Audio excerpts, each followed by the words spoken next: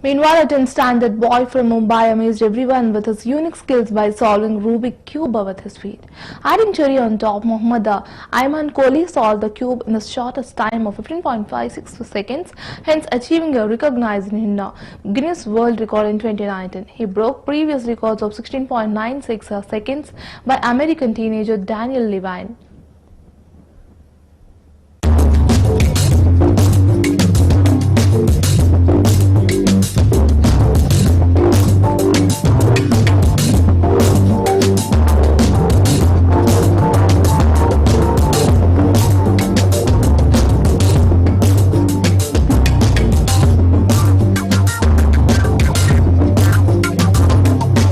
So it started in like third grade when I was a kid. So every kid like second, third grade has a cube and they solve one side and compete with their friends and stuff.